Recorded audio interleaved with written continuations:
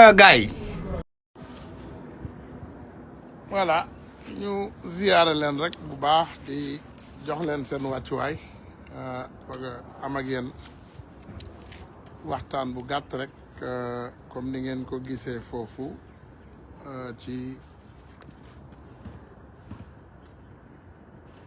titre live bi ñu def je pense que waxtaan bi ñuy waxtaan nii tey dina am lu bari loo xam ne amaana dina ko saafara n'est-ce pas voilà parce que bëgg nañu vraiment suñuy wax toujours ñi ñuy waxtaanal ñu am dégg-dégg voilà man nag je pense que ku ma xam rek xam na ne nit laa ku bañ injustice ak côté bu mu mën a dalee nag te suñu xarit yu baax yi suñu njiit yi biñ leen falee ba léegi nag aussi. bu nu jëloon sénégalais yëpp yóbbu leen Europe jël tubaab bi indi leen Afrique 1 an 6 mois 25 jours laa la may Europe mel ne Afrique Afrique mel ne Europe du ci suuf si de asamaan si nekk Europe moo nekk Sénégal suuf si nekk Europe moo nekk Sénégal xam nga ci lan la ci nit ñi ak jukko yi nañu defaraat jukko yi dëkk bala nga koo defar faaw nga yar askan wi man damay ñaan président Bassirou Diomaye Faye il faut que mu yaraat askanu Sénégal njiit da ngay yar sa askanu mooy sam réew ndax askan wi ma gis yoon wi nu jël baaxul réewande gi ma gis ci réew mi taxaw ci plateau télé di saaga fu neex waaye puub ci mbedd bi jonkan saw fu mu neex waaye tuur fa puub fa ci mbedd mi da ngay gis ponkal mu taxaw ci mbedd di puub pour lan réewande gi saw da ngay gis civilisé lu tax marqué tu ñi tu ndox yi ci mbedd yéen tamit day romb ci mbedd gis ku yor sa paan ndox dem ba fu la neex di ko fa paawu tuur dëkk bi salte na ngir jëmmi Seydina Mohamed. ci yoon boobu rek la ñuy dox ndax dañu ne nañu génn xeex ba dagg buumu njaam bi nga xam ne moom moo lëmbe woon Sénégal waaye bi ñu yàlla dimbalee ci mbaaxam ba ñu dagg buum boobu ba tey ñu jël réew mi teg ko ci loxo yu leer yu set te loolu laa gëm jusqu'à preuve du contraire ñu ngi doxal daan nañu def sax nag bu ñu gisee lu dul naka si noonu ñu génn dénoncer voilà bu ñu falee ñun ñëpp ñu jóg taper sur la table waaye on dirait que loolu tamit on est arrivé à un tournant un peu compliqué bu ma nee compliqué c'est-à-dire que defe naa bëggatuñu kenn wax léegi dañu bëgg rek ñu bàyyi njiit yu baax yi liggéey tànn ku leen neex def lu leen neex ñu toog rek ne leen bu ñu tissoolee ñu ne yaaramakallah yal na yàlla yokk seen wér gu yaram yokk seeni fan loolu nag malheureusement du am voilà du am du ci Sénégal bi Sénégal bi maamu kenn moomu ko bàyyi maamu keneen gis nga sa maam ni mu ko moomee noonu la ko sama bos moomee nang ci bokkee noonu laa ci bokkee li nga ci am loolu laa ci am ñun ñoo ci tolloo képp yàlla dafa def nag dañoo jël Sénégal teg ko ci ay loxo yu wóor muy loxo le président Bassirou Diomaye Diakhar Faye ak le premier ministre Ousmane Sonko voilà mais nag incha allah comme niñ leen ko waxee bu ñuy ñaan réew mi newoon nañ leen dinañ ko teg seen loxo waaye on vous promet aussi que on sera les gardiens de ce pays maanaam réew mi ak kuñ ko mën a jox bu ko doxalee ci mbaax ñun ñëpp ñu ànd gunge ko ci bu ko tegee ci lu dul yoon aussi ñu jëlaat ko ci loxoom teg ko ci ay loxo yu wóor te ci taxawaay boobu rek la ñuy continuer incha allahu rabbi ba keroog bi yàlla di jël suñu ay fan ndax yàlla moom bakkan moom moo koy dénkaane moom mooy xool ku ko neex mu jox la bakkan saa yu ko neexee nag mu jëlaat ko ci yow te kenn du ci man dara yàlla rek a man loolu fan yi je pense que ni ngeen gisee jàpp yi xaw naa doy waar mais dafa fekk le président Ousmane Sonko notre premier ministre vraiment mu génn mu am lu wóor loo xam ne daf ko teg assemblée nationale mu ne réew mii de dootuñ ko bàyyi dootuñu bàyyeeti kenn def lu ko neex maanaam lépp dinañ ko teg ci yoon ku ñu tooñ am nga droit dem ci yoon ku ñu wax lu dul naka si noonu am nga droit dem ci yoon yoon jël dogal pour yow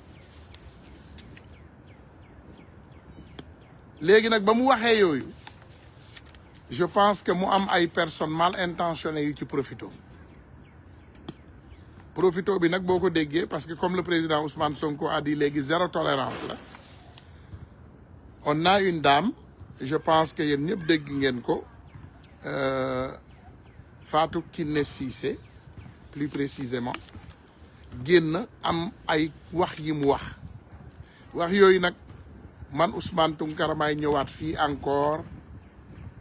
dëggalaat ko ne leen loolu mu wax dara dañu ci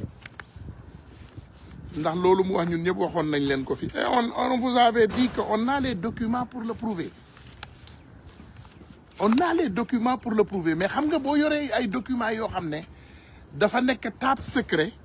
maanaam secret d'état ay documents yoo xam ne is top secret c'est dangereux pour nga koy ballee nii wala nga koy génnee ci ay réseaux sociaux bu doon temps Macky Sall la nee naa ko cabax ci réseaux sociaux yàgg na génne naa mais guddi yi ñu toll dañu fal ay jeunes bëgg ñu dimbali ñu doxal réew mi donc duñu compliquer dara déedéet dañuy nettoyer yoon bi ba mu set ñu xalal leen ko incha allahu rabbi ba ñu yegg fi ñu jëm mais nag dafay nekk ci ay conditions yu sûres yu rassurant mooy saay-saay yii ngeen jàpp ba léegi xaw ma xam ngeen ko je ne sais pas xaw ma xamu leen ko je ne sais pas xaw ma yéen a ngi ciy travailler je ne sais pas xaw ma da ngeen koy ignorer je ne sais pas I don't know only God knows man li ma xam rek laay wax parce que dem naa ba keroog 4 avril bii passé ma gis suñu premier ministre Ousmane Sonko wallahi muy takkal benn gendarme grade xaw ma médaille xaw ma mu ko koy takkal ci 4 avril bi sama karaw yaram bi yëpp dafa taxaw parce que c'est la même personne qui voulait l'assassiner ki nga xam ne moom moo doon joxe droit moom moo doon joxe ay autorisation ñuy tirer ci kaw jeunesse bi kooku la ñu doon takkal grade noonu keroog wallahi billahi tallahi lazim wallahi ki Ousmane Sonko doon takkal grade moo tax may ne yenn saay est-ce que ñun xam nañu li xew sama xarit bu baax bi mu ne va travailler oui c'est après le travail tu ne vois pas qu'il fait 5 heures il fait 16h34 chez nous donc ça c'est après le travail pour nous waaye mais merci pour les conseils quand même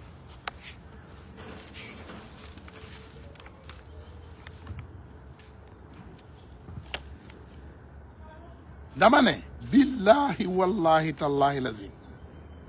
bi ma ko gisee sama yaram dafa daw donc ma ne nous y a toujours un problème de rupture jubal jubbanti la ñu woote de ak rupture totale gis nga rupture mënul am à moitié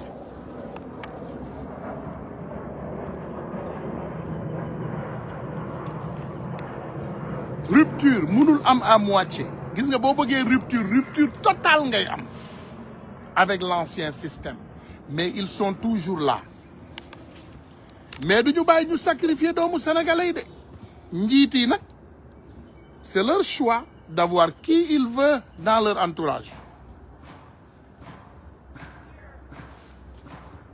déggu leen ma de njiit yi ñoom dama ne nañu jël képp koo xam ne dañ ko bëgg ci seen entourage loolu mooy dëgg nañu bàyyi képp koo xam ne bëgg nañ ko seen entourage loolu mënuñ ci dara parce que nag ñu ne ñit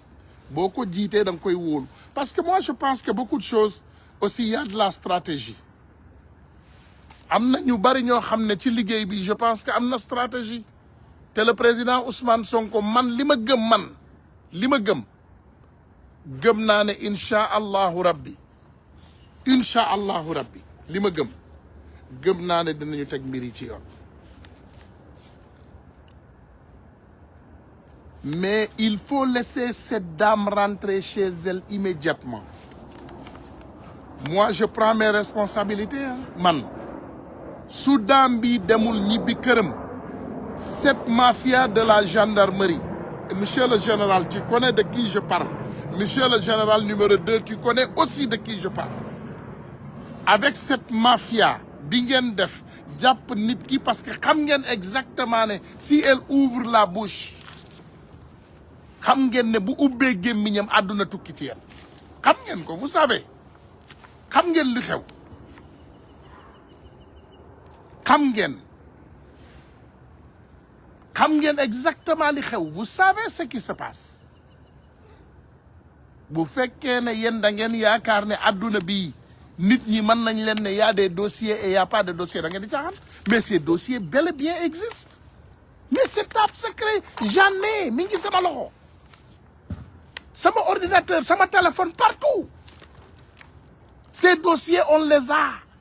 Preuves sur appui. Am nañu ay preuves yu dul jeex que ces mêmes hommes, ces tueurs, ces délinquants, ces bandits, mafia bi mi ngi taxaw tey la gën a dund. On le sait. Ay général, ay colonel. Barki Dembo Ndiaye suñu colonel bu baax bi nekkoon buntu fële waay conseil constitutionnel bi Moussa Fall tere woon pour mu bàyyi ki nga xam ne moom mooy mandataire u Diomaye pour mu dugg ak mandataire Ousmane Sonko pour ñu dugg déposer li nga xam ne moom mooy seen parrainage bi mu ko defee dañ ko jël def ko lan dañ ko dàq dañ ko jël directement yóbbu ko prison dañ ko bëggoon def ni ñu defoon capitaine Touré yàlla dimbali waa ji rek Pastef gagné ñu jël ko yokkal ko ay grade rapidement génne ko enquête am bi ñu defee ne réer na nee nañ ko furaas da ngeen di nax seen bopp de lépp luy dossier muy document bitim réew bii ñu ngi ko ne jàpp tapp suñu loxo di xaar ngeen dëng wala ngeen yaakaar ne da ngeen di marché ci boppu sénégalais yi yéen ngeen ne doo leen bàyyi nit ñi dund ngeen def ay tooxa doone yu mel ni ay montagne yu Barbados ngeen ne kenn du ko wax dañ koy wax de on va le dire amaana ku mel ni man naa ne man naa jàpp sama njàmbur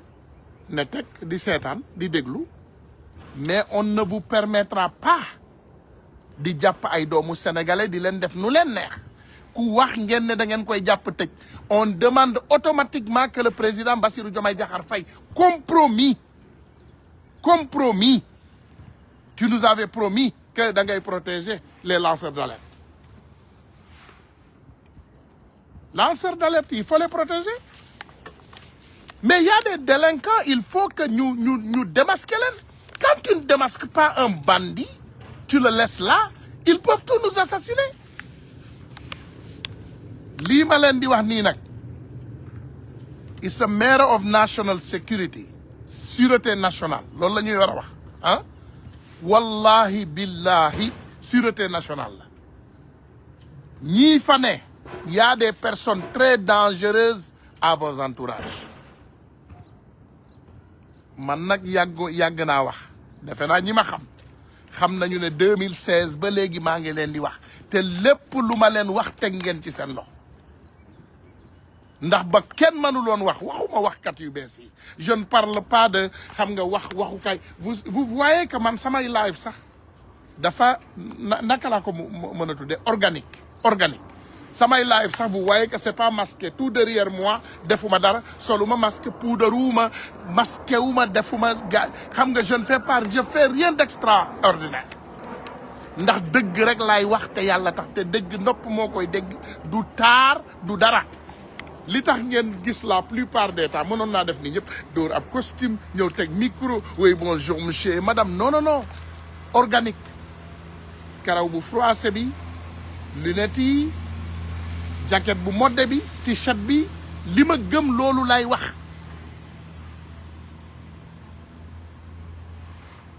dama ne il faut protéger les lanceurs d'alerte ñiy lancer alerte dëgg la ñuy wax cette Fatou Kiné Cissé bu ñu génnuloon dañ koy disparaître loo ma wax leen ko parce que elle connaît des choses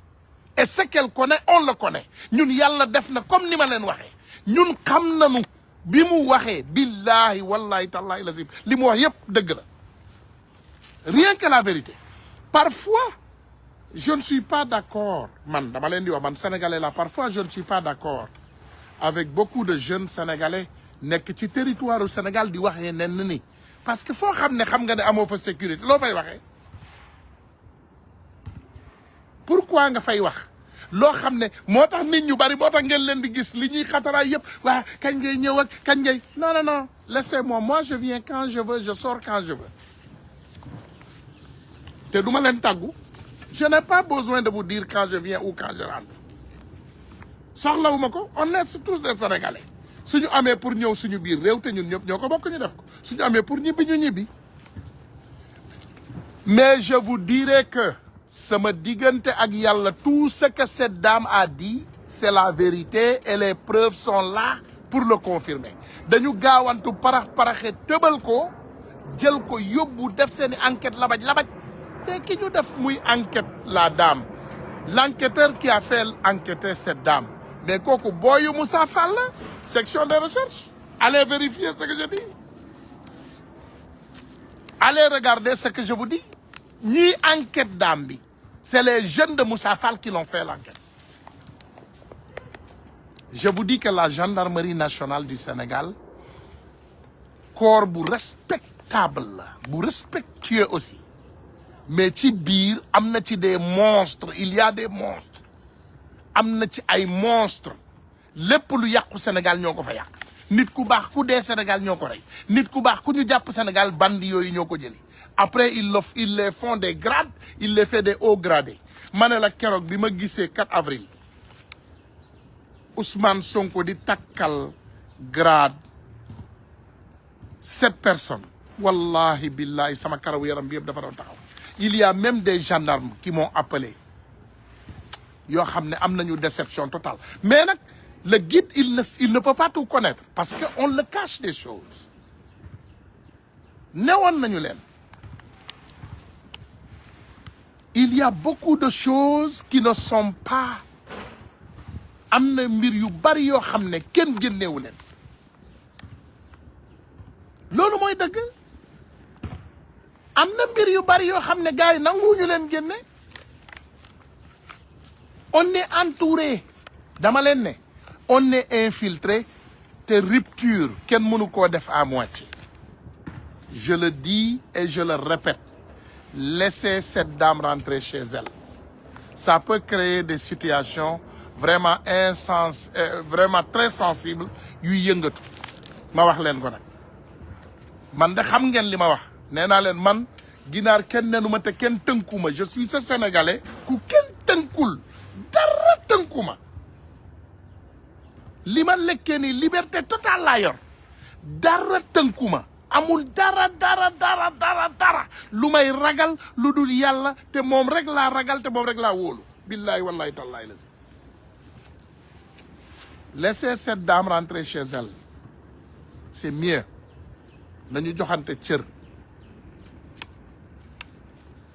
kii boo leen ko bàyyee seen loxo dañ koy lekk ay dëmm lañu dañ koy lekk c'est des bandits et des voyous qui sont là-bas li ñu def la ñuy bëggul mu génn te génn na ba pare mi ngi si ñu ay loxo loolu noppalu leen ñun c'est à notre temps yéen kay toog leen ci banc bu tàng rek suñ leen ne bouger leen gauche ngeen bouger gauche suñ leen ne bouger droite ngeen bouger droite mais c'est dans nos mains loolu kenn mënu ci dara képp ku def njombe Sénégal ngay général ak ngay colonel ak wallahi lazim damaa bañ a tudd ay tur fi mu toll nii parce que bëgguma yëngal état mais on a vos documents en main lépp maa ngi ko yor toog ci ma wax leen ku ma ci wóoluwul yónnee ma sa nit ku normal nga ne ma won ko nga xool ragaluma dara j'ai peur de rien xam ngeen ma man vous me connaissez si vous me connaissez xam ngeen ne dama am fit defe naa war ngeen xam loolu man kuy wax ay waxi dofam da ngay wax say waxi dof rek mais xam ngeen ne àdduna dëkk bi yëpp maa ci ëpp fit fitu juróom benn gaynde laa boole dugal ko sama biir dënn bi toog donc laissez cette dame rentrer chez elle parce que li ngeen nekkee du dëgg tegu leen ko ci dëgg te du yoon laissez cette dame rentrer chez elle immédiatement te nos frères et sœurs on va les protéger barki Dembo Ndiaye bi fi Lamine Niass génnee un jeune tout simplement xam naa lu tax ngeen eenal ko de jeune boobu li taxoon ngeen jàpp ko in the first place mooy ndeysaan Ousmane Sonko mi doon laa biiram di def live am rek tudd ci tur ne voilà les jeunes comme Niass il faut faire comme ce jeune Anne muy dem ci kii di fësal projet bi rek ngeen jël Lamine Niass boobu ngeen def ko cible voilà gaynde la non non non c'est tout simplement Ousmane Sonko gis na jeune bu doon def liggéey bu jàggi dayoo xam ngeen lan moo wutale patriotes yi ak les comme je veux dire les moutons de l'APR wala du ma leen manqué boobu respect sax bu ma leen ne les moutons de l'APR mais naa leen ne kii waay bétail électoral xam nga lan moo wutale patriotes yi ak bétail électoral yi ñun kenn jënduñu kenn moomuñu ameluñu kenn dara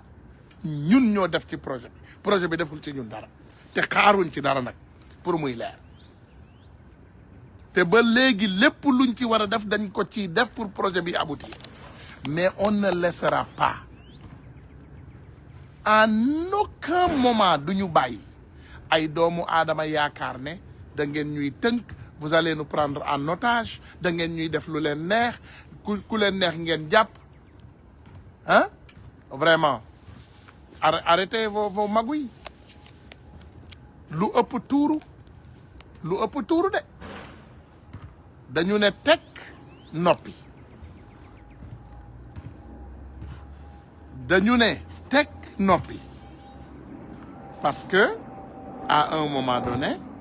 nit ku ne nit la et on veut vraiment vous donner à ces guides la chance de faire leur travail comme il faut te fekk kenn amerdewu leen loolu la ñu bëgg ngeen xam léegi nag ci def loolu yéen ces hommes de tenue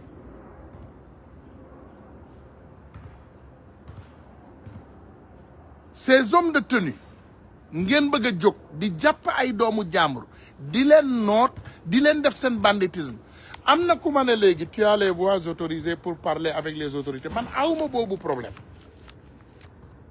tout ce que je veux dire à ces autorités je l'ai dit à ces autorités message bi c'est pas aux autorités mais c'est plutôt à ces hommes de tenue qui se prennent comme des intouchables lu ñu yaakaar ne lu leen neex def bu leen bàyyi Fatou Kiné Cissé après vous payerez les conséquences je vous dis que di ngeen fi gis ay généraux yu ñu simmi ay colonels yu ñu simmi bëccëgu ndar kàmm ndax seen dossier yii bis bu ne tapp ci kaw ay table di ngeen jommi il faut ngeen respecter nit ñi vous ne pouvez pas nous prendre comme des moutons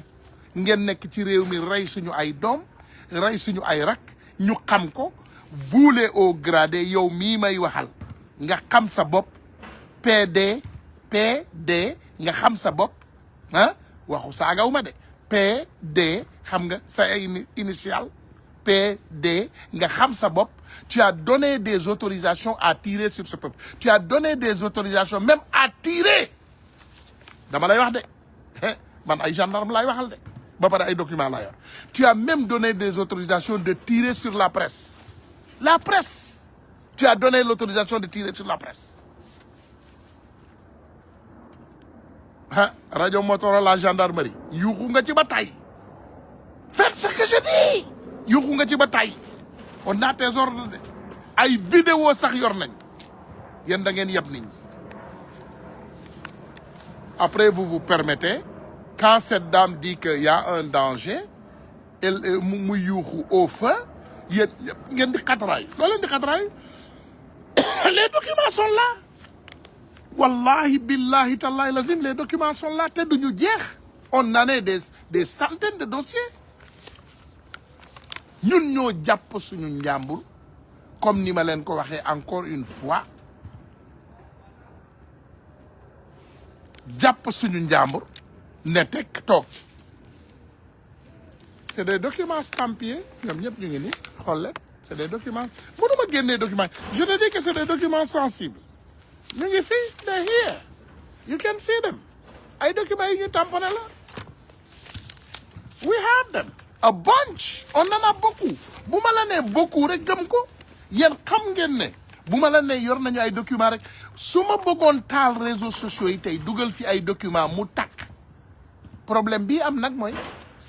it's a matter of national security mënuloo fal ay nit nga war leen aar ba pare ngay indi ay problème de sûreté nationale parce que li ñu yor moom sûreté nationale it's national security et on est quand même assez responsable donc bëgguñu def dara lu ñuy rëccu ndax lépp lu ñuy def dañ koy xalaataat li may wax ak yéen nii pour la première fois hier ma wax ci ak ay conseillers ay vraiment ay nit yu ñu wóolu bu baax bokk na ci sax ay autorités pour ne leen lii mooy situation bi lii mooy situation bi te vous connaissez te xam ngeen luy dëgg xam ngeen liy dëgg bi xam ngeen ko vous les autorités là xam ngeen luy dëgg pourquoi vous avez arrêté cette dame lu mu fi wax lu extraordinaire lu mu fi wax loolu laa fi wax loolu la fi keneen wax loolu mooy dëgg mais arrêtez de nous prendre comme des moutons wala ngeen ñuy fonto arrêtez ça bàyyi leen di ñu fonto parce que nag réew mi dëgg moo ko tabax dëgg moo koy doxal ñun ñii ñu fi teg nii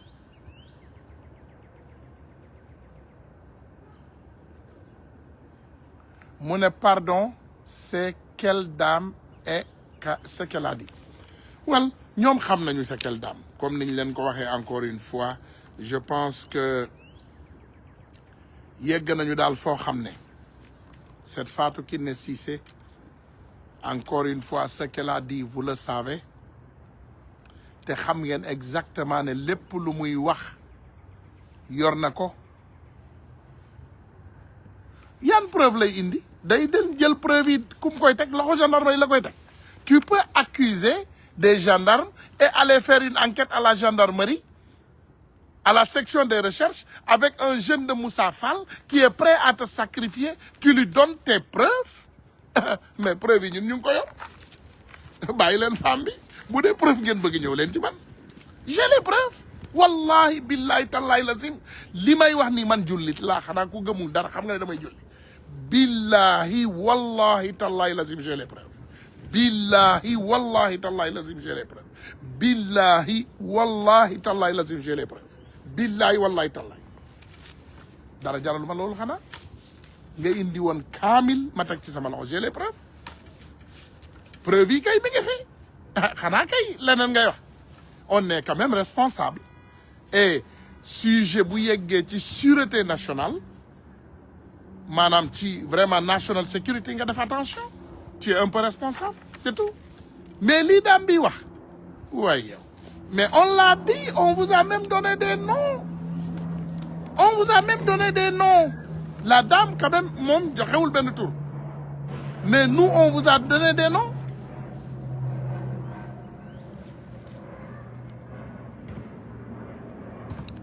mu ne tu penses pas que c'est pour la protéger mais arrêtez avec ça pour la protéger moo tax ñu jàpp ko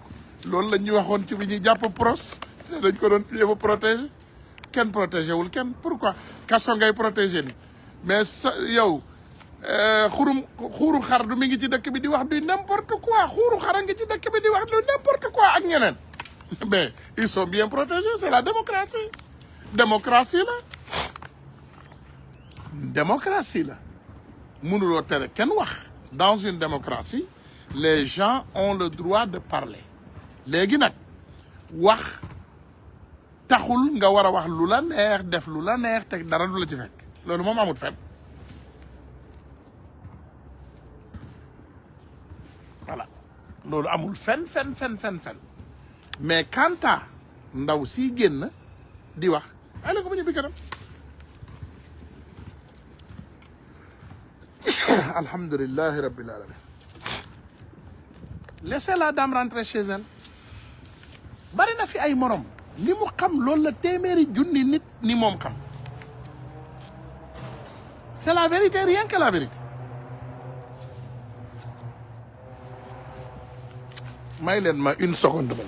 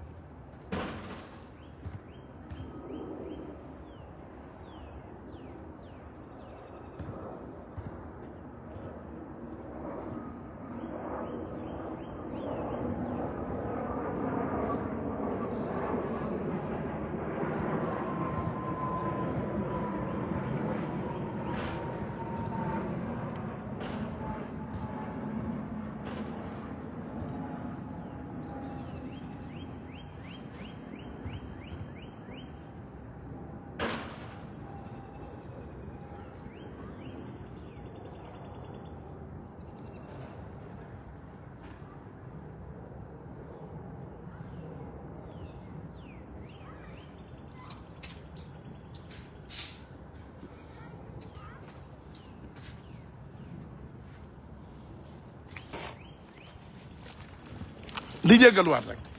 di jéggaluwaat voilà di jéggalu di waxaat ne je pense que dinañu jël nag temps parce que dañu bëgg a ñëw am ak suñu mbokki waxtaan bu am solo parce que mbir yegg na foo xam ne je pense que jot nañu commencé waat waxtaan ak population bi te teg ko ci dëgg rek nag te yàlla tax parce que nag mënuñoo nekk ci ab réew ay nit yaakaar ne man ngaa wax lu ne nag te dara du la ci fekk jëmale ko ci autorité yi mais en même temps ay nit yaakaar ne nag kenn amatul droit wax ci réew mi déedéet bu leen profité ci li Ousmane Sonko wax Ousmane Sonko li mu wax daf ko teg ci yoon dafa ne du ñu bàyyeeti kenn mu dem di yëkkati ay kaddu di ko teg ndeyu jàmbur bàyyu jàmbur wax lu la neex wëlbati waat def lu la neex wax lu la neex loolu dootuñ ko nangu ci réew mi mais nag newuñu kenn lanceur d'alerte les délinquants les voyous qui font du banditisme kenn du leen dénoncer loolu duñ ko def ndax réew mi ñun ñëpp ko moom président de la république bu defee li warul sax vraiment les sénégalais ont droit à dénoncer teg ko ci yar nag ak teggin réew mi ñun ñëpp ko moom sëñ bi gis ngeen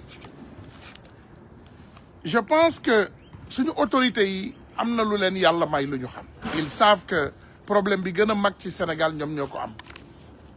Ousmane Sonko ak Bassirou Diomaye Diakhar Faye ñoo ëpp problème ci Sénégal parce que rappelez-vous dans le temps de Ablaye Wade il y avait pas d'Ousmane Tounkara il y avait pas d'autres et d'autres et d'autres ñooñu amuñu woon ñun fii la ñu toll ñu daaneel Macky Sall on n'a même pas suñu baaraam sax tegaguñ ko ñun on n'a même pas encore soulevé le doigt et on a fait tomber un président on n'a même pas encore soulevé le doigt et on a fait tomber un président donc ku sous-estimer lii ñu jàkkaar lool rek tu n'as pas compris les enjeux donc problème bi gën a mag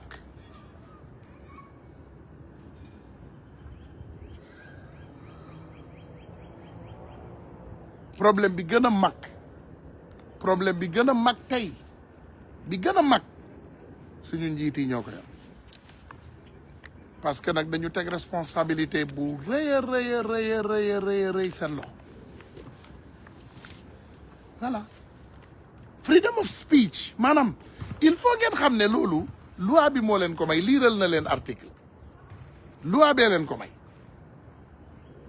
loi Sénégal may na doomu aadama bu ne nga wax li nga xam ne moom moo la saf waaye nag da nga koy teg ci yar ak teggin de wax li la saf dafay tolloog nga ñëw jàkkaarloog Ousmane Tounkara sa nangam taan ndey sa nangam taan baay maa def nii sa ndey maa def nii sa baay loolu kay man à mon cas loolu bu la ko kenn tere waaye boo ko defee ba ren di déwén xamal ne yow di nga masam lekk weñ ba ren di déwén xam nga luy lekk weñ it merol laaj leen américains yi loolu lu mu teg xam nga weñ di nga ko lekk muy ren di déwén di nga ko lekk bottom line donc munu leen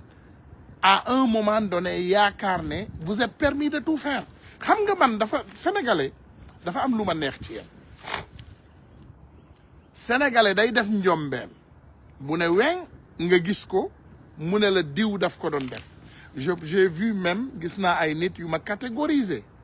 yéen xamu leen ne man je vous dis alhamdulilah naa yemale naa bàyyi foofu rek parce que le mana c'est quelque chose qui m'intéresse pas mais da ngay gis sénégalais boo xam ne da ngay wax ak moom fulla ak fayda nga teg sa lépp ci dëgg jékki-jékki rek mu ne la non Ousmane Tounkara moo fi nekkoon di saaga Ousmane Tounkara moo fi nekkoon di rey ay nit Ousmane Tounkara moo fi nekkoon di def lii yéen what's your problem hein at least boo leen di wax be honest to yourselves man benn nit bi ma amal problème muy Macky Sall ak Marème Faye Sall est-ce que xam ngeen ñooñu li ñu teg ci sama der bi ak sama deru njaboot bi est-ce que xam ngeen saagakatu Macky Sall bi yi gën a salte lu ñu tegul ci suñu njaboot yi ñun vous les voyez est-ce que vous gis ngeen leen Macky Sall rek mooy jël prostituée yóbbul ñu assemblée nationale muy saaga nit ñi ndey suba ba guddi jot et vous voyez tout ça vous les mettez à côté et vous êtes là à nous emmerder waaw Ousmane Tounkara moo doon saaga kan laa doon saaga man dama am classe pourquoi vous voulez me catégoriser de je ne sais quoi man dama am classe pourquoi ngeen bëgg maa jël te loolu mooy seen défaut numéro 1 man damay ñëw di leen jox ci sama temps bu précieux bi di waxtaan ak yéen bëgguma wax bu Barthélémy Dias bi nag parce que le mot ndaanaan moom moo ko moom du ma ndaanaan mais nit ku am classe la il faut ngeen xam loolu moi j'ai beaucoup de classe te wax dëgg yàlla nag nit ku du ma n'importe qui xam nga nag booy lekk ak n'importe qui wala ngay ànd ak n'importe qui rek dañ lay bëgg a def n'importe qui sénégalais da ngeen gaaw ci loolu waaye nag dinaa commencer won leen sama bopp dootuma wuyooti seeni ay téléphone nekk ki ma war a nekk toll fi ma war a toll ngeen woote ba jommi doo leen ma jot yónnee ay message du ma leen faale yéeg teg fi ma nekk après vous allez comprendre voilà parce que comme wàccee nga sa bopp tolloo nga ak ñëpp ku la woo jot la foo dem dajeeg ñëpp foo dem waxtaan ak ñëpp lekk ak ñëpp ci même bool bi voilà ils t'ont mis dans le même sac arrêtez avec ça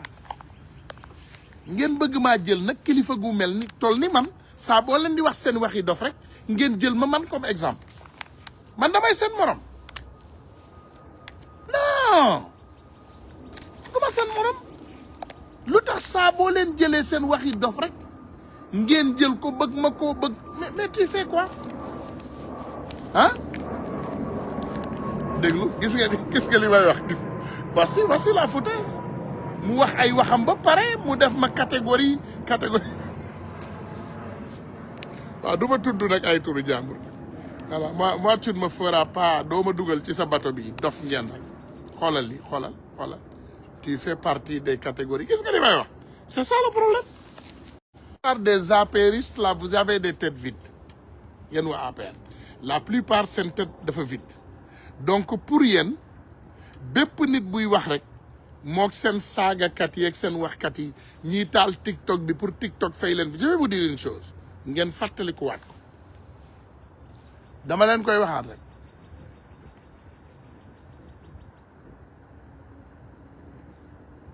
dama leen koy waxaat ngeen fàttalikuwaat déglu leen ma nopp jox ngeen ma nopp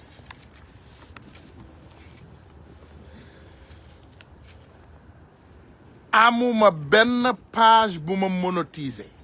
déglu leen ma encore une fois page Facebook TikTok YouTube amul benn page bu Ousmane Tounkara monétiser parce que bugguma conflit d'intérêt bi may xeex dama ne damay xeexal Sénégal te yàlla rek tax bugguma nekk benn karim xuuru xar yor sa page YouTube di ci fen pour nit ñi ñëw seetaan la nga fayeeku ci wala nga nekk ay page YouTube wala ay page Facebook wala ay TikTok toog suba ba ngoon jot di raconter du n'importe quoi ñu lay may ay kër di la may ay gaynde ki golo pour nga am ci xaalis man defuma loolu billahi masuma lekk dërëm ci benn réseau social leer na donc defe naa loolu au moins dina la may benn compréhension bu ma yoroon tey presque 2000 pages déglu leen na on a presque 2000 pages xam nga lu ñu koy doyee guerre xeex rek lañ koy doyee yéen ñii ñu ci bari boo leen partagé ci page yooyu ngeen di partagé ma ne sama gars yi jàllale leen lépp bàyyi leen ñëpp jàllale c'est ça la démocratie mais du ma fayeeku benn dërëm ci réseaux sociaux du YouTube du Facebook du TikTok du dara amul dara lu ma monétiser di ci jël benn dërëm page yu fee ci TikTok baa ngi nii follower yi ne ci tulleeg male am naa bi yeneen page ñu mel ni tulleeg male Facebook yeeg YouTube yeeg yëpp man fayeekuwuma dërëm monétiser wu ma dërëm dugaluma dërëm foo xam ne bu ma ko lekkee yàlla na nekk safara yowmal xiyam voilà donc pare naa ci côté boobu je pense que ça c'est clair léegi ginnaaw loolu ma ñëwaat encore une fois ma waxaat autorités yi nañu bàyyi Fatou Kiné Cissé mu ñibbi këram loolu mooy dëgg parce que li mu wax dëgg la les preuves existent et on les a donte comme ni ma leen ko waxee suñu njiit yi ñoo ñëw ñu leen di alerter ñu dem à un moment donné ñuy def yëfu maa tey nag ndax xam nga Ousmane yi ñun dañoo xaw a dëgër bopp donc suñu waaju sell ji mujj gi mu dem nag di def yëfu maa tey te comme man Ousmane laa tudd te xam naa ne Ousmane yi dañoo dëgër bopp te sama waay la donc ñu ne xaaral ñu bàyyi leen ñu doxal ba ci kanam bu ñu doxalee ba ci kanam ba gis dëgg bi ba xam ne fii ñu teg seen tànk baaxul après dinañu dellu ginnaaw et je suis rassuré que ñu ngi koy gis parce qu'il y a beaucoup d'incompétence dans leur rang il y a beaucoup de sabotage ñi ngeen jël ñu bari xamu leen ñi ngeen fa fekk dañuy saboter mënuloo nga jël ay nit yu baax ñuy ñëw di la liggéeyal nga bàyyi fa ay waa APR dañuy ñëw saboter li nga xam ne moom ngay def c'est ça la vérité dañuy saboter li ngay def mënuloo def liggéey bu baax bi ngeen di def nii ngeen bàyyi fa ay waa APR c'est pas possible dañuy saboter seen liggéey waa APR yi fépp foo leen bàyyi lépp loo leen tabax dañ koy toj lépp loo leen liggéey dañ koy saboter mais nag c'est votre choix c'est ce que vous avez choisi qu'on vous laisse vous le savez et on vous a laissé et on vous regarde mais quand ça y va de la sécurité la sûreté de notre pays on va prendre nos responsabilités te foofu la ñu jëm mënuñoo toog nag seetaan ngeen xool patriote yi man ci Pastef rek laa gis nga ñëw taxaw nga am 4000 cadres yooyu jëlaguloo ci 50 wala naa ne non je ne vais pas exagérer jëlaguloo ci 200 vous avez 4000 cadres dans ces 4000 cadres vous n'avez pas encore choisi 200 moi j'en connais des docteurs wallahi j'en connais des ay nit yu bari xam naa leen ci waaye nag comme niñ koy waxee toujours it's not my place Donald Trump de suñu Donald Trump mu sell mu wérul mi biñ ko fi tegee une semaine la jël il a changé tout son cabinet il a mis toutes les personnes qu'il faut à la place qu'il faut ku mu neexul mu ne nga mbëkk miir. Mais nous, nos autorités, après 1 an, ils sont toujours à la recherche des hommes normaux pour les mettre à la place qu'il faut. Après 1 an, on a toujours l'incompétence totale ici, par exemple à New York. L'incompétence totale. Bon, New York, c'est le Sénégalais lambda qui s'occupe des Sénégalais. Sénégalais lambda, Sénégalais, hein? Allez voir dans les rues. C'est les mafal, les nangam, yi amul ben genre autorité bo xamné amna ben contrôle ci Sénégalais. Rien du tout. Rien du tout, zéro, hein, zéro. Au contraire.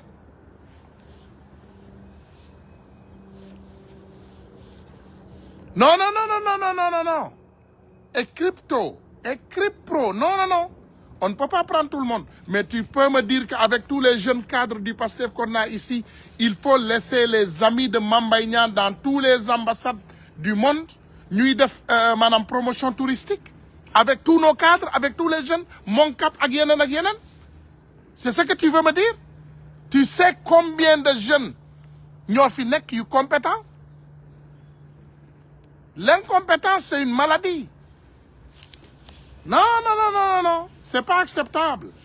mon ami. On ne veut pas, tu ne peux pas prendre tout le monde. Oui, mais tu prends ce que tu peux. Avec les personnes que ñi nga cheminel, ñi nga gëm. Ñun bu boba bu ñu démé très facilement on peut dire bonjour mon ami et ils seront là. Et ils vont faire le travail qu'il faut.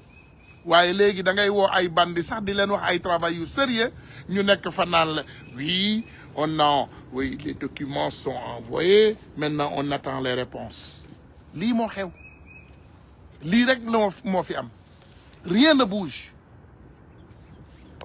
Et j'espère bien que ça va changer. Bàyyi leen Fatou Kiné Cissé mu ñibbi këram. Bàyyi leen ko. Comme ni ma leen ko waxee. Donte boo leen jàppuloon kooku sax amaana lii may wax nii sax akas néew duma ko wax parce que dama ne tekk. Di travailler ci li may travailler. Dans du sérieux di volontaire di dimbali jeunes yi comme niñ ko war a defee ñoom ñëpp ñu mën a nekk ci jàmm loolu rek moo ñu intéresse leneen intéressé wu waaye nag on veut la paix mu ne même le DAGE qui avait remboursé les 500 millions est toujours en place voilà lii de man waxuma ko. Ils sont là. Nos jeunes sont là. Ils sont braves, ils sont capables, ils sont intelligents. C'est des travailleurs.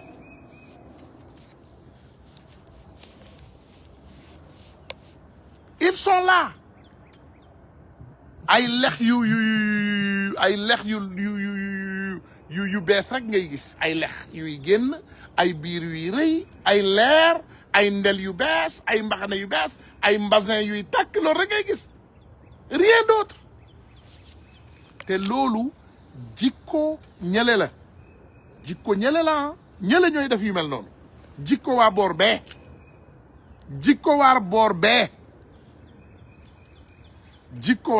ñooy def loolu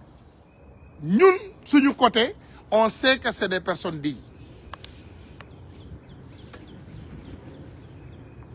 et je pense que à un moment donné dinañu jël suñu ay responsabilités quand même à un moment donné on va prendre nos responsabilités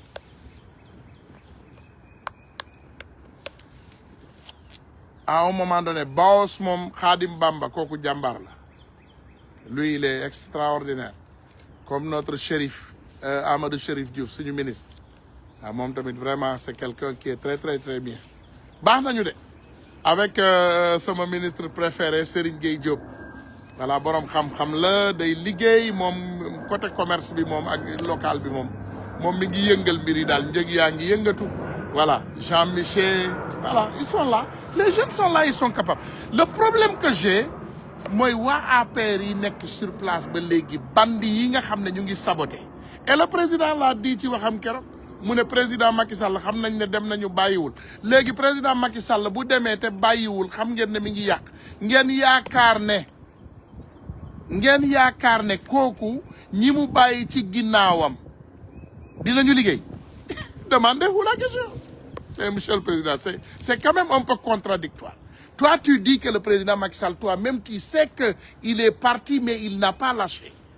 Macky n'a pas lâché, hein. Macky ne va jamais lâcher. Macky, ba légui mi ngi xalaataat retour Sénégal. Macky est en train de travailler ci seen défaite pour que mu ne Sénégalais yi jooyaat pour ne oh namm nañu Macky Macky namm nañ la Macky namm nañ la Macky ñëwaatal sonn nañu Macky lekkuñu naanuñu Macky loolu lay envisager. C'est ce qu'il envisage. C'est pas de l'impossibilité ah bu dee ay nitam ñoo nekk partout kay fi mu toll nii ñoom ñoo ñu ëpp lammiñ ci Sénégal ñoom rek am droit wax lu leen neex def ah peut-être un jour ils vont commencer you know le Macky namm naa la keroog gis naa sax ndeysaan nee nañu dañ ko defal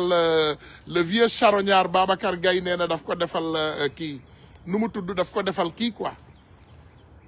loolu ñuy def nu mu tudd ñun bi ñu defee suñu quand on a fait notre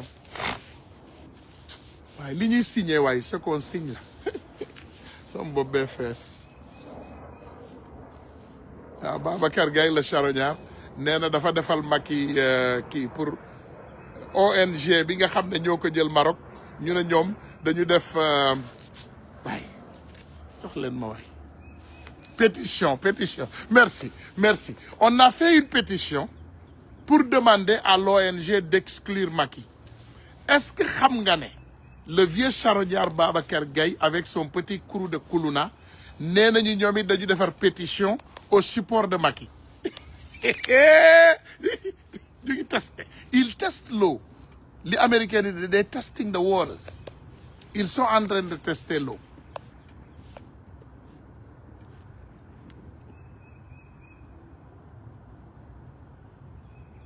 ils sont en train de tester l'eau mu ne voilà y a quelqu'un qui dit combat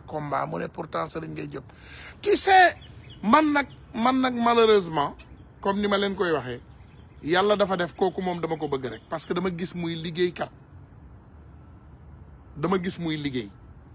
cabinet am nag li ma ci xam bariwul boo leen ci xamee ay gens du système lancez-les-moi ñu dénoncer ñun ci dénonciation rek la ñuy def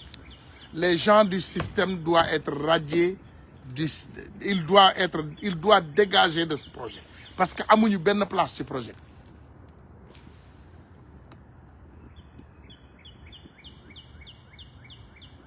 mu ne yow bis bi ma dajee ak yow Nelson damay ragal ma dajee ak yow nga feesal sa tubéy bi ki ma mujjee menacé ne bis bu ñu dajee dafa mel ni gisuma dafay wiiri mu ne bis bu ma dajee ak yow man du ma góor di dajeel di ko napp de baax na en tout cas ce qui est extraordinaire ma waxaat leen Macky Sall li muy envisage mooy saboter projet bi daanu moom dinaa leen wax dama leen di wax ce que j'ai reçu ah dama xam nga ñoom bu ñuy réunion ñoom bu ñuy waxtaan ak seeni ay nit toujours daf may revenir voilà Ousmane Ndiaye waaw loolu la de les Ousmane moom ñun dañu gëm dëgg te ragaluñu dara on n'a pas froid aux yeux voilà Macky Sall benn projet la am moom nee na projet am fi mu toll nii mooy nañu fexe lépp lu ñu man ñoom waa APR pour suñu gars yi nekk au pouvoir échouer bu ñu échouer après ñoom ñu solliciter le retour de Macky Sall ñu jooy quoi ne vraiment dëkk bi metti na voilà ñuy kaas Macky namaat nañ la Macky ñëwaatal oh vraiment Macky retourne billahi lii la ñu gëm ñoom lii mooy seen ngëm-ngëm mooy projet bi échoué ñu xeex ak ñi fi nekk après bu ñu xeex ak ñi fi nekk ñu fexe Macky dellu siwaat sëñ bi j'ai mal au cœur waaw maa ngi ziyaare bu baax a baax Aliou ziyaar naa la j'ai mal au cœur sëñ bi parfois damay xalaataat xool lii nekk di trempé et j'ai mal au cœur Youssou Seck mu ne laisse Sénégal en paix jamais je laisse pas le Sénégal on a bâti le Sénégal ñun ñoo defar Sénégal, laisse le Sénégal en paix. Jamais. Je suis sénégalais 100%. Aïe waay laisse le Sénégal en paix. Non Sénégal kay mi ngi soog a am liggéey. Il faut ngeen comprendre que il faut faire une rupture totale. Monsieur le Président Bassirou Diomaye Diakhar Faye, quelqu'un qui est très gentil, serein, calme, et vraiment xawma tey, est vraiment inclusif. Erreur technique yaa ngi koy def mon président. Tu fais des erreurs techniques. Faites un Ibrahima Traoré du Sénégal. Sénégal jël leen ko ngeen matt loo leen matt mu dagg. Mais regardez notre petit pays frère Burkina. Man nag ay coup d'état sax peut-être d'accorduma ko. Mais regardez le Ibrahima Traoré. Il est partout, il travaille, il fait tout. Vous travaillez nag yéen a ngi def liggéey bu jàggi dayoo. Mais rupture bi des na. Bandi yi génnee leen fépp ngeen dàq leen ci xaj. Libérez ces délinquants parce que liggéeyuñu. Mais liggéeyuñu ku liggéeyul loo koy xaaree mun naka ngay bàyyee nit sur place te liggéeyul. Ces jeunes de Mame Mbaye Niang là, vous me dites que monsieur le président mënuloo jël décret nga xool tous les promotions touristiques du monde bu Sénégal nga dàq leen ñoom ñëpp nga indi fa ay nit yu diñ. Mame Mbaye Niang ki jëloon Ousmane Sonko di xeex ak moom bëgg a yàq lépp. Mame Mbaye Niang moo xam ne tey bu ñu yàlla dimbaliwuloon ni kon tey Sénégal sooxe na ndax Mame Mbaye Niang mais kooku nit yi mu jël ñoo nekk di promouvoir Sénégal ñooñu ñooy ne Sénégal baax na. Mais attends, vous vous trompez. moo tax foo dugg ci internet bi ñu ne la Sénégal seer na touriste du dem Sénégal touriste du dugg Sénégal. Notre ministre du tourisme moom est-ce que moom nekkul vacances sama xarit ministre du tourisme anamu mi ngi Sénégal ba léegi wala il est en vacances. Parce que Sénégal rek laa gis nga gis benn waaye bu mel ni Mike Tyson ñëw Sénégal te kenn yëgu ko. Xam ngeen kuy Mike Tyson? Mike Tyson c'est le youngest, le plus jeune champion boxeur du monde. The youngest heavyweight champion of the world. À 21 ans la am mu gagné champion du monde poids lourd. Kooku ñëw na Sénégal ba génn kenn yëgu ko. Parce que notre tourisme est mort. We dead. Kenn xamul lu géej gi riir. Suñu kilifa yi Ousmane Sonko il roule à 300 km à l'heure et il va tirer tout le monde avec lui. Quelle force. moo tax ñu noppi nee naa la. moo tax ngeen gis ñu mel ni man ñu bari dañ ma koy waa grand lu tax nga ne ma ne leen bu ma noppiwul bu ma waxee du baax te lii lancement la rek nii du mënuma wax. Je peux pas parler. looy wax tu vas dire quoi looy wax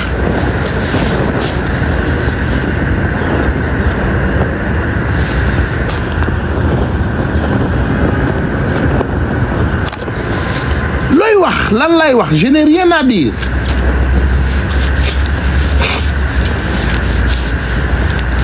Mame Mbaye Niang Mame Mbaye Niang vous permettez Mame Mbaye Niang mooy toog kooku nitam yi mu jëloon dugal leen ci dëkk yi pour ñu promouvoir tourisme Sénégal. Mame Mbaye Niang moo doon ministre du tourisme donc ñi mu jëloon teg leen fa ñooñu ñoo fa nekk. c'est booy ay booyam quoi day tànn waaw booy kase yow booy xaaral ma yóbbu la sama bureau bale waay teg ko fa. Ils ne foutent rien, ils ont un salaire, rien. Monsieur le Président.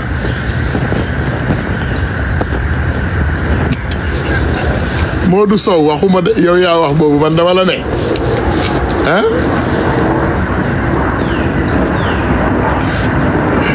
parfois ça me fait mal au cœur et c'est un peu quand même it's deceiving but it is the truth. Mu ne Papa Diop nee na don't give up. No, I will not give up. Xam nga il faut ngeen comprendre dara. Je m'entraîne bien, je mange bien, je réfléchis bien, je travaille. Donc amul benn problème boo xam ne dina tax ma bàyyi Sénégal. Bokkuma ci ñooñu. Voilà. Voilà donc man dara ci àdduna ébranlé wu rien boo leen xam naa boo leen laajoon Ousmane bi tey ngeen ne ko ban waay mooy gën a metti sa bopp dina ne benn waay rek moo mën a metti bopp kooku Ousmane la tudd moom it comme man ku dëgër bopp la Ousmane yi ñoo dëgër bopp ñoo mel noonu c'est les Ousmane qui sont comme ça mais nag je pense que il faut savoir que Macky est en guerre contre nous et les hommes de Macky que vous avez sur place vraiment da ngeen ñu bëgg a sonal rek bëgg a ñoo toroxal rek mais Macky lépp lu takk ci Macky yàq moo ko indi Sénégal mënuma la ne indignement jàppal ay nit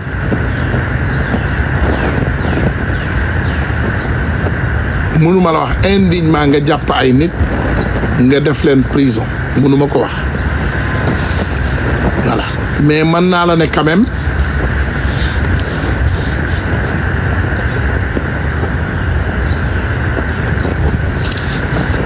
voilà mën naa leen ne quand même on a un problème sérieux et ce problème c'est Macky et ses hommes et ils sont partout mon cher. Ils sont là à New York avec nous, ils sont à Washington, ils sont en Italie, ils sont en France, ils sont au Belgique, ils sont au Maroc, ils sont partout. Partout, ils sont là-bas. Partout. Ñu nga fa. Laissez Fatou Kiné Cissé rentrer chez elle. Loolu moo gën. Loolu moo gën. bàyyi leen Fatou Kiné Cissé mu ñibbi këram ñun duñu mës a taxaw di nangu injustice nee naa leen injustice buñ ko tegoon Macky Sall sax dinaa leen ne c'est de l'injustice donc duma man xamuma ko est-ce que vous savez que si je vous dis que xamuma nit kii di ngeen gëm ne xamuma nit ki xamuma ko mais tout ce qu'elle a dit c'est avéré et les preuves sont là mënuloo léegi yow naka ngay jàppee nit ah nga jàpp nit après nga ne ko indil preuve kan lay jox preuve yi kii nga xam ne moom lay accuser moom nga bëgg mu jox preuve mais vous hein ça ne va pas gendarmerie la accusé gendarmerie paraxe tebbi ko indi ne voilà donc il faut nous donner des preuves mais attends tu accuses le patron de quelqu'un tu viens donner les preuves au travailleur ne ko sa patron bi mooy reykatu nit bi après yow yaay mais attends mais elle n'est pas bête vous êtes bête cette dame elle est loin d'être bête je vais vous garantir une chose te loolu garantie la boo leen bàyyiwul dame bi di ngeen gis lu mel ni tulleeg male lu mel ni kaani habanero mooy kaani bi gën a tàng boobu ñu jël ko rek ruux ko ci sa ñaari bëteeg sa bakkan imaginer loolu lu muy sànni faut laisser cette dame gis ngeen ne aujourd'hui j'ai eu une discussion sereine une discussion calme une discussion je pense que respectueuse loolu la donc nañu xool li gën ñu def nañu xool li gën te ñu def te teg ko ci dëgg nag parce que yàlla dëgg la bëgg mais sinon lii nga xam ne moom la ñu nekk def nii yàlla bëgg on presque doxuñu ci dëgg presque ci ay fen la ñu nekk ci ay fen la ñu nekk parce que lii ñu nekk ni dëgg voilà doomu jàmbur bi bàyyi leen ko mu ñibbi këram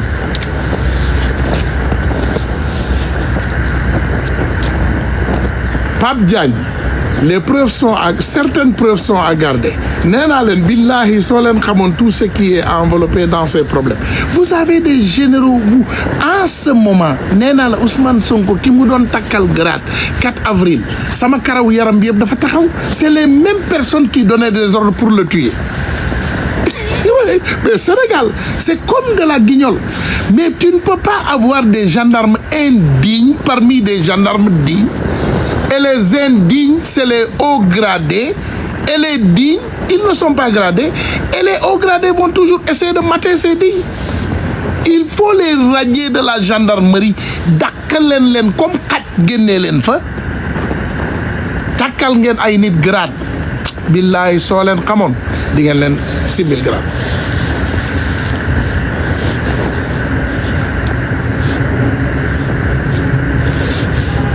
C'est ça la vérité. Les choses ne sont pas faciles et on l'accepte. We be the first to admit that les choses ne sont pas faciles. ñun xam nañu boo ñu laajoon 3 heures du matin ne leen qu'est-ce qui se passe ñu ne la yombul de mbiri yombul déedéet yombul on le sait wallahi on le sait we know.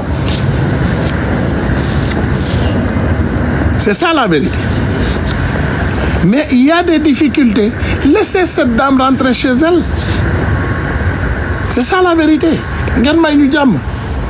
On veut la paix hein. Jàmm la ñu bëgg jàmm ak salaam. On veut la paix. Dañu bëgg a toog am suñu jàmm am suñu salaam nekk ci jàmm. C'est ce que nous voulons. Mais may leen nit ñi jàmm aussi. Il faut libérer cette dame immédiatement mu ñibbi këram. Parce que ce que je dis, je le connais. Je sais que man xam naa parce que elle a des preuves. On a tous les preuves. Ñu am nañu yëpp preuves yi. On a tous les preuves. Ban ngeen ci bëgg? Ban preuve? Ban preuve ngeen ci bëgg? On a tous les preuves. Sont là. Les preuves sont toujours là. Toujours. Am nañu ay preuves.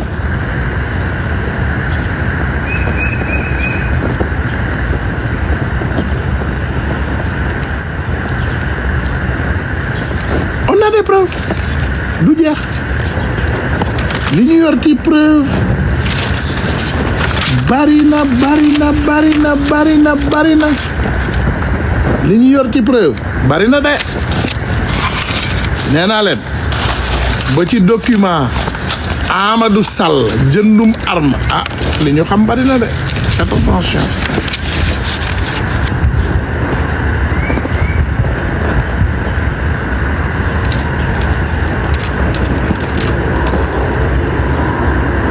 Faites attention.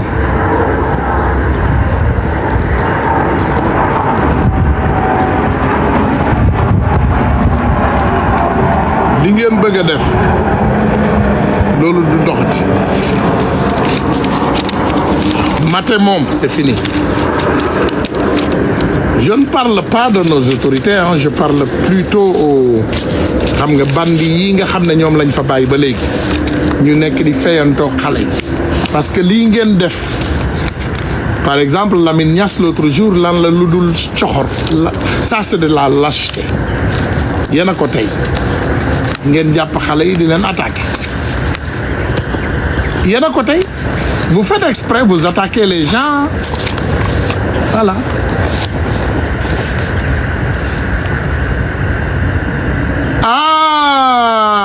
Merci Lamine Dia. Billahi wallahi tallahi yàlla du juum bi Ousmane di takk grade bi dafa wodd billahi wallahi grade bi daf ko ne bu ma takkal waa ji. J'étais déçu. Je suis déçu mon ami mais je l'aime xam nga nag man le problème de Ousmane Sonko chez moi dafa mel ni nit ak taawam n'est-ce pas da nga koy bañu mbëggeel laa bañee Ousmane Sonko man dama ko bëgg ba mënuma koo bañ voilà j'ai un problème dama bëgg waajooju ba mënuma koo bañ mais alhamdulillah parce que xam naa lu tax yàlla def loolu yàlla mi dara teewul xam naa lu tax mu def loolu yàlla dafa def loolu parce que yàlla dafa am lu ma bëgg a wax mooy que c'est une bonne personne il fait toutes les choses de bonne foi donte dañ koy décevoir nag parce qu'il n'aime pas trop écouter parfois mon ami il n'aime pas trop écouter donc day am ay déception parce que parfois si tu n'écoutes pas beaucoup et tu écoutes les gens qui sont proches de toi da ngay am ay difficultés mais sinon Ousmane est une personne extraordinaire. Laissez Fatou Kiné Cissé rentrer chez elle. Les preuves sont là et ils sont palpables. amul benn preuve bu sori tous les preuves sont palpables may leen ndaw si mu ñibbi këram c'est un point en train may leen ko mu ñibbi këram keroog bi Ousmane di takkal waa ji grade bi dafa wat billaahi la si yàlla du juum sinon Ousmane gis ngeen ni mu dëgëree Ousmane li koy rëcc di wadd sax bariwul mais grade bi dafa ne teppet ci loxo bi wadd yàlla mi ngi koy lancer message mi ngi koy ne yaa ngi takkal grade yaa ngi takkal reykatu nit grade c'est lui qui avait donné l'ordre de tirer sur nos enfants nos bébés et c'est lui c'est le haut gradé en ce moment moom moo géré woon contingent yi kooku moo doon joxe ordre ñu tirer ci suñu ay doom kooku moo doon joxe ordre boobu Motorola yi di mel ni tulleeg male ah man du ma gendarme naka laa xamee Motorola yu yuuxu mu nekk ci rajo bi yuuxu buñ ko ne défier voilà non mon cher voilà ñii amuñu benn arme je m'en fous il faut tirer loolu la doon def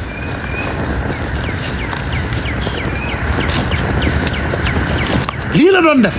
il faut tirer fais tirer ñu ne ko non ah mon cher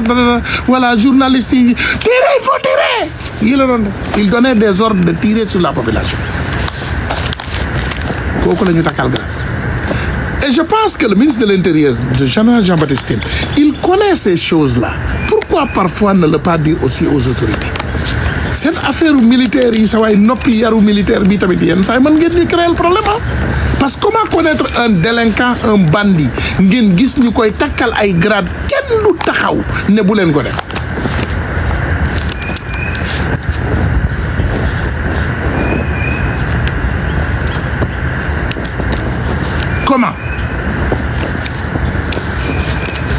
comment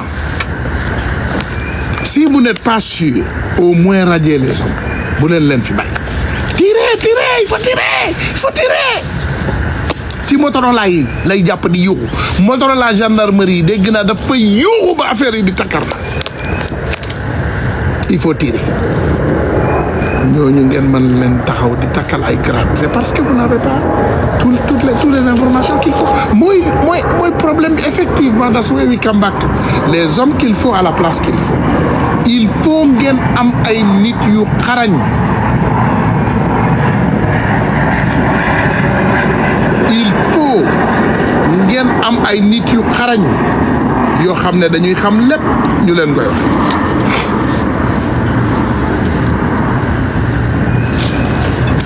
loolu mooy dëgg parce que parfois les choses sont vraiment difficiles yombul nag mais je sais qu'on peut le faire ndax fi ñu traversé ba yegg fii moo gën a metti woon na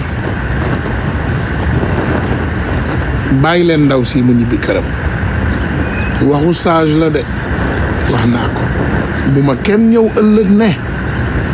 ah Ousmane waroon ngaa waxee nii waroon ngaa dànkaafu balaa ngay génn tu devais d'abord avertir là tous les avertissements que je peux et je l'ai fait avec sagesse avec une voix très calme ma ne leen bàyyi leen ndaw si mu ñibbi këram deful dara waxul dara loo xam ne mënu koo présenté maa ngi leen di sant di leen gërëm wa salaamu aleykum